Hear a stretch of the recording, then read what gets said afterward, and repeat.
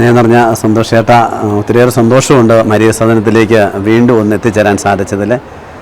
എൻ്റെ ഒരു ആത്മസുഹൃത്തും എൻ്റെ ഒരു ജ്യേഷ്ഠ സഹോദരനും കൂടിയാണ് സന്തോഷേട്ടന്. മരിയ സദനം എൻ്റെ ഹൃദയത്തിലുണ്ട്. അതുകൊണ്ട് എപ്പോഴും എനിക്കൊരു കരുതൽ മരിയ സദനത്തോടുണ്ട്. കാരണം ഇവിടെ 500-ലധികം സഹോദരങ്ങൾ പാർക്കുന്നൊരു സ്ഥലമാണ്. എല്ലാവർക്കും ഒരു അത്താണിയാണ്. ആരോഗ്യമില്ലാത്തവർക്ക് മാനസിക വൈകല്യം, ശാരീരിക വൈകല്യം, ബുദ്ധിതലത്തിലുള്ള വൈകല്യം, അങ്ങനെയുള്ളവർക്കൊരു അഭയകേന്ദ്രമാണ്. അത് സഭ നൽകുന്ന ഏറ്റവും വലിയൊരു ശുശ്രൂഷയാണ് കാരുണ്യത്തിൻ്റെ ശുശ്രൂഷ. ഇവിടെ വന്നു കഴിഞ്ഞാൽ ദൈവാനുഗ്രഹം തീർച്ചയായിട്ടും ലഭിക്കും.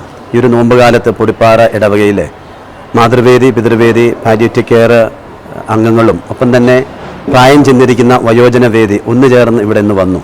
അങ്ങനെ അൽഫോൻസാമയുടെ കബറിടത്തെങ്കിൽ പോയി പ്രത്യേകം പ്രാർത്ഥിച്ചതിന് ശേഷം ഇവിടെ വന്ന് ഒരു നേരം ആഹാരം ഇവരുടെ കൂടെ ഭക്ഷിക്കുവാനും ഒപ്പം തന്നെ വിളമ്പി കൊടുക്കുവാനും അതിനൊരു കാഴ്ച കൊടുക്കുവാനും ഞങ്ങൾക്ക് സാധിച്ചു. തീർച്ചയായിട്ടും ഇത് വലിയ സന്തോഷത്തിൻ്റെ അടയാളമാണ്. ഇതൊരു മാതൃകയാണ്.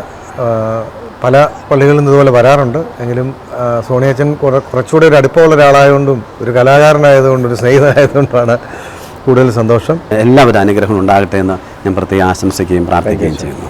ചങ്ങനാശ്ശേരി അതിരൂപതയിലെ പൊടിപ്പാറ ദേവാലയത്തിൽ നിന്നും പാവങ്ങളുടെ അഭയകേന്ദ്രമായ മരിയ സദനിലേക്ക് നടത്തിയ തീർത്ഥയാത്രയിൽ പങ്കെടുക്കാനെത്തിയവരിലേറെയും 70 വയസ്സിന് മുകളിലുള്ളവരായിരുന്നു.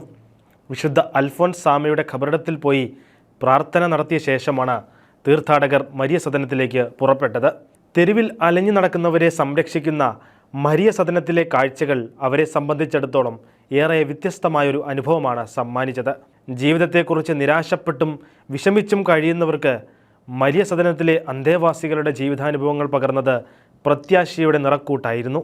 ആ മരിയൻ സദൻ കാഴ്ചകളിലേക്ക്